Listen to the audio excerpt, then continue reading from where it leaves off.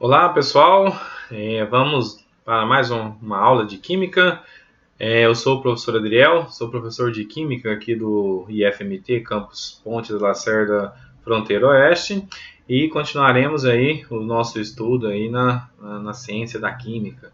Então, na aula passada, a gente estudou ali o que é química, alguns tipos de transformações, transformação física, transformação química, um pouquinho sobre a matéria, né, definição de matéria, o que é matéria, que é tudo aquilo que tem massa e ocupa um volume no espaço, né? E hoje nós continuaremos o nosso estudo. Bom, vamos lá então. Continuando aqui, hoje nós iremos estudar um pouquinho sobre conhecimento, né? Conhecendo um pouco a matéria e suas transformações, certo? Então, um pouquinho sobre substância simples, substância composta, substância pura, mistura, fazer a diferenciação do que é cada definição dessa. Então, esse é o objetivo da nossa aula de hoje. Vamos lá, então. Então, primeira coisa, como a matéria se apresenta, pessoal? Então, como é essa matéria? Então, nós vimos lá os estados físicos, né, da matéria, sólido, líquido e gasoso, e hoje nós vamos ver como ela se apresenta. Então, na verdade, ela pode se apresentar de uma forma chamada homogênea ou heterogênea, beleza? Mas o que quer dizer essas definições, homogênea e heterogênea? Bom, vamos lá. Sistemas homogêneos, pessoal, são os que apresentam uniformes e com características iguais em todos os seus pontos. Sistema heterogêneo são os que não se apresentam uniformes, não têm características iguais em todos os seus pontos. Bom, aqui eu coloquei dois exemplos bem simples. Aqui uma água límpida, né? Então tá limpinha a água ali, é um sistema homogêneo. Você não consegue distinguir ali o que tem ali dentro. Você vê só algo uniforme, correto? Aqui já é um tronco de uma árvore. Então aqui vocês percebam que você tem aqui vários tipos de diferenciações aqui, certo? Então aqui já não é uniforme como a água. Isso é um sistema chamado heterogêneo. O mais comum da gente distinguir sistema homogêneo de heterogêneo é, por exemplo, você pegar ali um copo de água e adicionar um pouquinho de açúcar, solubilizar todo o açúcar, ali você consegue distinguir o que é água, o que é açúcar? Não, então é um sistema homogêneo. Por exemplo, água e óleo. Quando você adiciona a água no óleo ou o óleo na água, ali você vai perceber que o óleo ele fica em cima, certo? Não se mistura com a água que está embaixo. Então isso é importante, pessoal. Por quê? Porque é um sistema heterogêneo, ou seja, eles não se misturam. Bom, aqui, como eu falei para vocês, então aqui a água e o óleo, ele é um sistema chamado heterogêneo, beleza? Então aqui, por exemplo, eu posso ter sistemas chamados monofásicos, que tem uma única fase, logo são chamados homogêneos, ou sistema polifásicos, que possui mais de uma fase. Por exemplo, se eu misturo, como eu falei anteriormente, água e açúcar, que o açúcar dissolva totalmente. Ali eu tenho um sistema o quê? Homogêneo ou heterogêneo? Homogêneo, correto? Então, automaticamente, ele é um sistema monofásico, porque eu só consigo ver uma fase, correto? Água e óleo, ali eu já tenho um sistema o quê? Heterogêneo, bifásico. Por que bifásico? Porque eu tenho duas fases, a fase da água, certo? E a fase do óleo. Eu posso ter sistemas bifásicos, trifásico e assim por diante, beleza? E aí os sistemas polifásicos, que aí já são mais de 3 fases. Bom, aqui então, algumas observações importantes, pessoal. Eu coloquei um exemplo aqui, onde eu tenho um becker com água, eu solubilizei o sal ali na água, chegou um ponto que ele saturou, ou seja, precipitou o sal, sobrou sal no fundo e o gelo, correto? Então agora vamos lá. Esse sistema então aqui é diferenciar fases e componentes. Por exemplo, eu tenho 3 fases nesse sistema. Uma sólida, que é o gelo, uma sólida, que é o sal não dissolvido, certo? E uma fase líquida, que é formada pelo sal dissolvido na água. Então eu tenho 3 fases, correto? Eu consigo ver gelo, a água e o sal não dissolvido. Então eu tenho 3 fases. Porém, quantos componentes eu tenho? Somente 2. H2O, que é a água, e o sal. Beleza? Então, pessoal, componente, não confunda. Muitos estudantes confundem componentes com fases. Componentes são as substâncias que estão ali dentro, certo? O gelo é a mesma substância da água líquida, não é? Não é H2O? O sal solubilizado é a mesma substância do sal precipitado, aquele sal no fundo, é sal, é NaCl. Então eu só tenho dois componentes, H2O e NaCl. Agora a fase eu tenho três. Eu tenho o gelo sólido, eu tenho a água com sal dissolvido, que é líquido, e eu tenho o sal não dissolvido lá no fundo. Três fases. Eu consigo distinguir três coisas ali dentro, beleza? Bom, como a matéria se apresenta? Pura ou mistura. Pessoal, isso é muito importante. Tem muitos estudantes que confundem questão de substância pura com mistura, composta, simples. Então vamos por parte. O que quer dizer uma substância pura ou uma mistura? Na verdade, pessoal, substância pura é aquilo que você só tem um único componente. Por exemplo, água pura. Você só tem água ali dentro. Correto? Agora, se eu adicionar um pouquinho de sal de cozinha nessa água, agora eu já tenho uma mistura, certo? Nessa mistura eu tenho a água e o sal de cozinha, certo? Então, não confunda substância pura de mistura. Às vezes eu posso olhar uma mistura homogênea, ou seja, água com sal, e achar que aquilo é puro. Mas aquilo não é puro. Aquilo dali, na verdade, é uma mistura homogênea. Bom, aqui eu coloquei um resumo do que nós acabamos de falar aqui, a matéria, certo? Ela é dividida em dois sistemas, sistema homogêneo e sistema heterogêneo. O homogêneo só tem uma fase, eu só consigo ver uma coisa só ali, certo? Heterogêneo eu tenho mais de uma fase, duas ou mais fases, então eu consigo ver mais de uma coisa ali dentro, beleza? O sistema homogêneo ele pode ser formado por uma substância pura, somente um componente, por exemplo, somente água pura ali, ou eu posso ter uma mistura homogênea que tem mais de um componente, por exemplo, água e sal, certo? Então eu solubilizei um pouquinho de sal ali, ela é uma mistura homogênea, certo?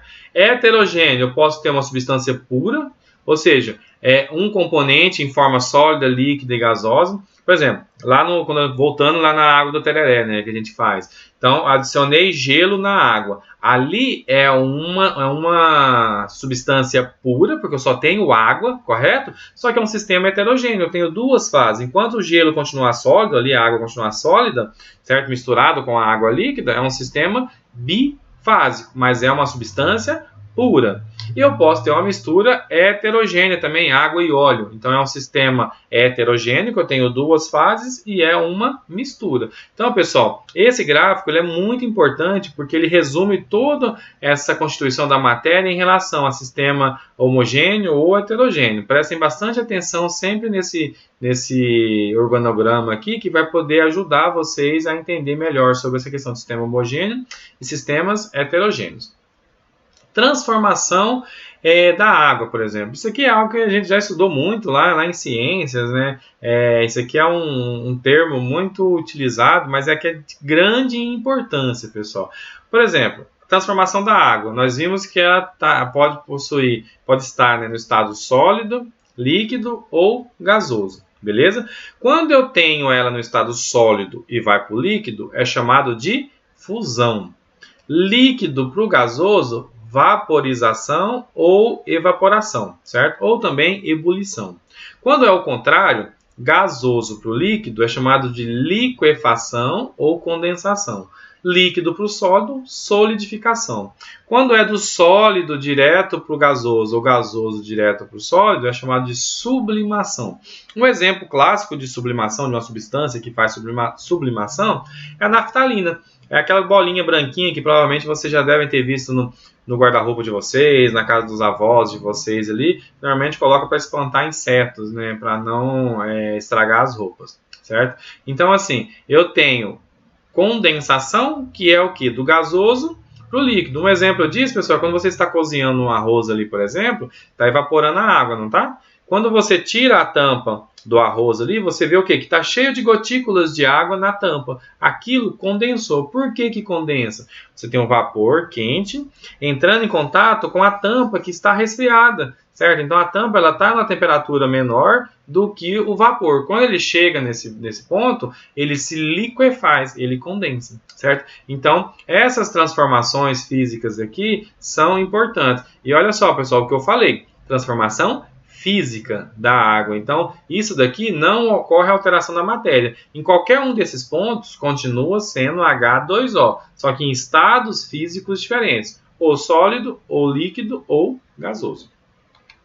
Bom, um diagrama, pessoal. Esse diagrama é interessante vocês estudarem, porque ele é muito cobrado em avaliações, certo? Então, é um diagrama que mostra as transições, né, as mudanças dos estados físicos de uma substância pura para uma mistura. O que é característico de um diagrama deste de transformação de estados físicos, pessoal? Principalmente o que? Essa região onde vocês estão vendo que está constante aqui, tá vendo? Então, por exemplo, eu tenho ali o gelo, começo a aquecer ele e a temperatura vai subindo. Esse gráfico ele é dado tempo por temperatura. Comecei a aquecer esse gelo, pode observar que ali nesse primeiro ponto o gelo aumenta a temperatura até atingir o ponto de fusão, certo? Fusão é o que? Sólido para o líquido. Ele começa a se liquefazer, beleza? Então o que acontece ali então? Eu tenho um processo que ele está liquefazendo. Nesse processo aqui, enquanto eu tiver uma mistura de gelo e água, essa temperatura é constante, ela não aumenta. Acabou todo o gelo, só tenho água e continuo subindo a temperatura, ela vai subindo, subindo até atingir o que a gente chama de ponto de ebulição. No caso da água, considerando ali o nível do mar, né, 100 graus Celsius. Ela vai começar a evaporar. Enquanto eu tiver uma mistura de água e vapor, eu tenho ali uma temperatura equilibrada, certo? Até atingir o fim da ebulição. Quando atingir o fim da ebulição, ela começa a subir de novo, onde eu tenho vapor. Isso acontece, pessoal, em qualquer substância pura, onde eu não tenho uma outra substância, somente aquela. Nesse caso aqui, somente água. Bom, agora quando é uma mistura, pessoal, aí eu já não tenho mais essa parte que é constante, porque eu tenho duas substâncias com ponto de fusão, ponto de ebulição diferente, então ela não vai ser constante em nenhum ponto. Então, a característica principal para diferenciar uma substância pura de uma substância de uma mistura, certo? É, por exemplo, você analisar o gráfico de transformação física dela. Se ela tiver nos pontos ali constantes, entre mudanças, né, de fase, então ok, ela é uma substância pura. Se não for constante em nenhum ponto, então ela é uma mistura. Bom, aqui falando ainda, continuando ainda com essa questão, o gelo derrete e ferve, por exemplo, sob a ação do calor. Isso é uma observação do nosso cotidiano, né? Se você pegar um gelo e deixar ali em cima da pia, ele vai derreter, correto? Ao nível do mar, o gelo puro ele derrete a 0 graus Celsius e a água pura ferve a 100. É o que eu falei para vocês. Isso é uma observação científica feita por meio de experiências controladas. No dia a dia, na nossa vida diária, usamos várias medições para controlar por tempo as relações comerciais de compra e venda, nosso estado de saúde e assim por diante. Por exemplo, tecidos são vendidos por metro, refeições são cobradas por quilograma, velocidade controlada por quilômetro por hora, massa do nosso corpo é um dos índices de saúde, né? Até ritmo da nossa vida é controlado em dias, horas e assim por diante. Então nós temos aí vários tipos de unidades de medidas que eu já comentei para vocês em aulas anteriores, né? A importância dela aqui no nosso estudo de química.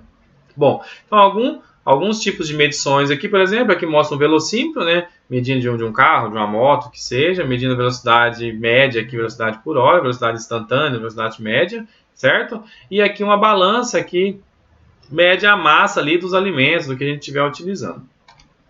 Bom, continuando aí na questão de medidas, né, de grandezas, nós já estudamos as grandezas físicas, né, aquelas que são mais utilizadas no nosso dia a dia, e grandeza é tudo aquilo que pode ser medido, quilograma, massa, quilograma, litros, entre outros. Unidade é aquela que a gente usa arbitrariamente, certo? Então, por exemplo, quero medir a grandeza física de massa, né? A massa ali em quilogramas. Então, tem a grandeza física e tem a unidade. Essas unidades normalmente são organizadas pelo Sistema Internacional de Unidades, que é o SI. Por exemplo, o tempo ele é dado pelo Sistema Internacional de Unidades em segundo, a massa em quilogramas. E aí, se você precisar de unidades de massa, tempo diferente, aí nós temos que fazer as conversões de unidades. Como eu falei para vocês, por exemplo, transformar quilograma para grama, o que eu faço? Quilogramas para gramas, eu faço o quê? Divido por 1000. Gramas para quilogramas, certo? Quando eu tenho gramas para quilogramas, eu divido por 1000. Quando eu tenho quilogramas para gramas, eu multiplico por 1000. Então, por exemplo, eu tenho 1 quilograma. Quantas gramas eu vou ter? 1 vezes 1000, 1000 gramas, certo? Quando eu tenho 1000 gramas e quero converter para quilogramas, então o que eu faço? Divido por 1000. Então, 1000 gramas dividido por 1000, eu tenho 1 quilograma, beleza? Vamos lá, então. Densidade, eu já falei para vocês, né? O que é densidade? É massa sobre volume. Então, isso aqui nós já vimos na aula anterior. Aqui eu tenho, então, 4 cubinhos aqui que tem o mesmo volume, só que eu tenho massas diferentes. Automaticamente, a densidade desses cubinhos vão ser diferentes. No primeiro cubinho, madeira. Segundo, água. Terceiro, ferro. Quarto, chumbo. Então, ali, cada um tem uma massa diferente, o mesmo volume. A densidade, então, vai ser diferente. Então, aqui a densidade ela vai aumentando. A madeira tem menor densidade do que a água, do que o ferro, do que o chumbo. Então, aqui, vamos entrar agora, pessoal, nas definições aqui, um pouquinho sobre os elementos químicos, certo? Então, isso daqui é uma conotação científica que a gente utiliza, né? Uma notação científica sobre a questão dos elementos, ferro, o símbolo, a natureza, certo? Então, aqui, por exemplo, o nome. Eu tenho ferro, o símbolo é Fe, e na natureza, como que ele é encontrado aqui, por exemplo? Aqui é o óxido de ferro, a mesma coisa, com cálcio, prata e oxigênio. Na tabela periódica, vocês vão encontrar todas essas informações. Bom, átomos e moléculas. Moléculas, pessoal, são formadas pela junção dos átomos. Então, por exemplo, eu tenho um átomo de hidrogênio com outro átomo de hidrogênio, acontece uma ligação química entre eles, que a gente vai estudar isso posteriormente, e aí eu tenho uma molécula de H2, por exemplo, certo? Agora, se eu tenho 2 átomos de hidrogênio e mais um de oxigênio, agora eu já tenho uma molécula de H2O, conhecida também como água. Então aqui, substância, ela pode ser uma substância simples ou uma substância composta. A definição, pessoal, de substância simples e composta, ela é bem simples, certo? É bem fácil de entender. Substância simples é constituída de uma molécula formada por átomos do mesmo elemento. Por exemplo, H2, eu só tenho o átomo de hidrogênio. O2, eu só tenho o átomo de oxigênio. O3, que é o gás ozônio, eu só tenho o átomo de oxigênio. Isso são substâncias simples, certo? Agora, ao contrário, se eu tenho mais de um átomo, tipo de átomo ali, aí eu já tenho uma substância composta. A água, por exemplo, é uma substância composta, onde é composto por 2 hidrogênios e 1 oxigênio. O sal de cozinha, que é o NaCl, também é uma substância composta, onde eu tenho o sódio, que é o Na, e o Cl, que são átomos diferentes. O açúcar é a mesma coisa. Então, substância simples formada pelo mesmo elemento, pelo mesmo tipo de átomo. Substância composta formada por átomos ou elementos distintos, diferentes. Aqui, um exemplo. Aqui eu tenho substâncias simples. Ambas aqui, pessoal, são substâncias puras, recapitulando da aula anterior que nós vimos. Então, aqui, simples, eu só tenho um tipo de elemento, certo? Composta, eu tenho mais de um tipo de elemento, mas ambas são substâncias puras. Agora, as misturas. Classificação dessas misturas. Como eu já falei para vocês, eu posso ter misturas homogêneas ou misturas heterogêneas, certo? Com fases distintas, nós já vimos essa questão da classificação dessas misturas, é muito importante. Mistura homogênea tem uma única fase, mistura heterogênea tem mais de uma fase. Separações. A gente vê um pouquinho o que é separação. É separar um componente do outro. Aqui eu coloquei somente alguns tipos de exemplos, pessoal, de separação. O que a gente chama de levigação, que é a separação do ouro das areias, né, auríferas, né, ali onde o garimpeiro utiliza aquele objeto ali para fazer essa separação ali do ouro no processo, né, de garimpagem. Então é chamado de levigação. Um outro exemplo, ventilação. Não sei se vocês já presenciaram isso, mas normalmente nos sítios, fazenda, onde planta café, arroz, normalmente fazia esse tipo de separação, é chamado de ventilação. Você utiliza o vento, né, ali da atmosfera para ajudar a separar. Quando você coloca numa peneira, né, os grãos ali que você quer separar, quando você agita ele, né, sobe ele assim, você tem a ação do vento que separa aqueles materiais mais leves. Então isso é chamado de ventilação, que é a separação dos grãos do café, por exemplo, de suas cascas. Ou amendoim, quando vai fazer aquela canjicada, né, aí nas festas de junho, né, aquela delícia de comida típica. Então, também quando torra amendoim e faz essa separação, também é feito por ventilação. Catação, aqui tem algumas bolinhas, né, mostrando o processo de catação, mas o mais comum é catar feijão, né? Então ali vai cozinhar um feijão, você sempre faz a limpeza dele, né, separa ali para tirar os grãozinhos de outros materiais que às vezes está misturado no feijão. Isso é chamado de catação, é o processo de catar mesmo, certo? Então daí vem o nome catação. Um outro processo de separação é a peneiração, né? Então é muito simples, por exemplo, separar a areia de pedregulhos. Então ali na hora de fazer a massa do reboco, né, o pedreiro ali mais o servente, ele utiliza ali a peneira para fazer essa separação. Então você utiliza muito esse procedimento para separar componentes que tem ali um grão maior de um grão menor. Então você usa uma peneira, né? Por isso chama peneiração. Dissolução fracionada, pessoal. Então isso aqui é a separação, por exemplo, do sal da areia. Porque vamos pensar o seguinte, acidentalmente eu misturei um pouquinho de areia no sal e agora eu quero fazer a separação desse. Eu consigo fazer por peneiração? Não. Levigação? Não. Certo? Ventilação? Também não. Um método simples de fazer essa separação, tirar o sal da areia, é misturar a água. Por que chama dissolução fracionada? Porque eu tenho ali a areia com o sal. Quando eu misturar a água nela, certo? O sal ele tem afinidade com a água. Então ele vai sair da areia e vai solubilizar ali com a água. E aí eu vou ter a areia pura. Eu consigo tirar agora a areia da água, não consigo? Faço isso como? Por exemplo, uma peneiração. Eu consigo separar muito bem uma filtração. E aí eu consigo separar então a areia do sal. Separação magnética, pessoal. Isso aqui é muito utilizado lá nos grandes ferros velhos, né, que utiliza ali um ímã grande para puxar, né, o ferro velho, né, ali é um material que você tem. É um processo de separação também, porque você está separando um componente do outro através de o quê? Através de um ímã, né, que tem ali a atração ou a repulsão magnética. Decantação. Isso daqui, pessoal, é mais utilizado nos laboratórios, né, onde você usa um funil de decantação, por exemplo. Ele é utilizado bastante no processo de separar água e óleo.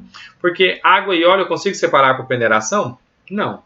Ventilação? Não. Filtração? Não. Então, como um método mais simples para poder separar, decantação. Por quê? Porque são substâncias immiscíveis, ou seja, uma não mistura na outra, é uma mistura heterogênea, certo? O óleo tem uma densidade menor do que a água, então ele vai ficar em cima da água. Então eu coloco nesse funil, que é chamado funil de separação, abro a torneirinha dele, espero a água descer, na hora que chegar no ponto do óleo, eu fecho a torneirinha ali e eu tenho a separação da água e do óleo. Continuando aqui, centrifugação, pessoal. Esse processo aqui é muito utilizado, por exemplo, nos laboratórios clínicos, né, ali onde você tira seu sangue para o analista fazer ali as medições necessárias de colesterol, triglicerídeos e entre outros tipos de análise, né? Então, como que ele faz? Ele usa a força centrífuga, certo? Então, ali você tem um eixo onde tem uns tubinhos que agita muito rápido, então ele acelera o processo de separação, onde eu tenho uma substância que tem uma densidade maior de uma que tem uma densidade menor. Por isso que ele fica sempre separadinho ali. Algo que é feito também, que é chamado de centrifugação, é na máquina de lavar roupa, certo? Quando vocês colocam ali o processo para lavar a roupa e ela termina o que é chamado de centrifugação, vocês observam o quê? Que as roupas estão todas na beirada ali da máquina, correto? Estava tudo misturado e agora estão todas em volta ali. Por quê? Por causa da densidade dela que é maior, ela vai ficar o quê? No fundo ali. Então, esse processo é chamado processo de centrifugação. Filtração, esse eu acho que é um processo mais simples que a gente utiliza dia a dia, né, na nossa casa, por exemplo. Então, quando você quer separar ali um sólido de um líquido, por exemplo, você usa o que? A filtração, que é chamado um papel toalha, né, que é um filtro ali, e aí você faz essa filtração. É um processo também chamado um processo de separação. Evaporação era muito utilizada ali nas lavouras de café, né, para secar ali o café, secar ali os cereais.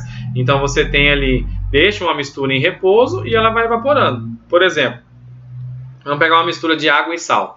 Se vocês fizerem esse teste, mistura um pouquinho de sal na água, solubiliza ele e deixa no sol o copinho lá por um tempo determinado. Vocês vão ver que a água vai evaporar e no final, quando acabar a água, o sal vai estar ali. É um processo mais lento, mas é um processo chamado processo de evaporação, que também é utilizado para fazer a separação de misturas. Continuando aqui então. Para a gente finalizar esse processo de separação, tem um processo que a gente utiliza muito no laboratório, que é chamado de destilação. Normalmente é um processo para separar substâncias homogêneas, certo? A gente utiliza para separar substâncias homogêneas, que é mais difícil de ser separado. Por exemplo, uma mistura de água e álcool. Misturei a água com álcool ali, como que eu vou separar? Consigo separar por peneiração? Não. Ventilação? Não. Evaporação? Pode ser, mas água e álcool têm o ponto de ebulição próximos ali, então por evaporação também não vou conseguir separar com eficiência essa substância. O método mais simples é a destilação, aonde eu uso a evaporação, né, a ebulição ali, aqueço a substância dentro de um balão, certo? Que é chamado esse frasco, né? Um balão de fundo redondo ali, acoplado a um condensador. Lembrando, lá nas transformações transformações físicas, né? O nome, o que é condensação? Não é transformar vapor em estado gasoso em estado líquido? Então, o que esse condensador faz, pessoal? Converte, então, o vapor que está evaporando ali em estado líquido. Então, quando esse vapor ele evapora, entra em contato com esse condensador, condensa, se transforma em líquido e o líquido sai limpinho lá do outro lado. Então aí eu consigo separar essas duas substâncias. É importantíssimo, pessoal, em qualquer destilação, o uso de um termômetro. Por quê?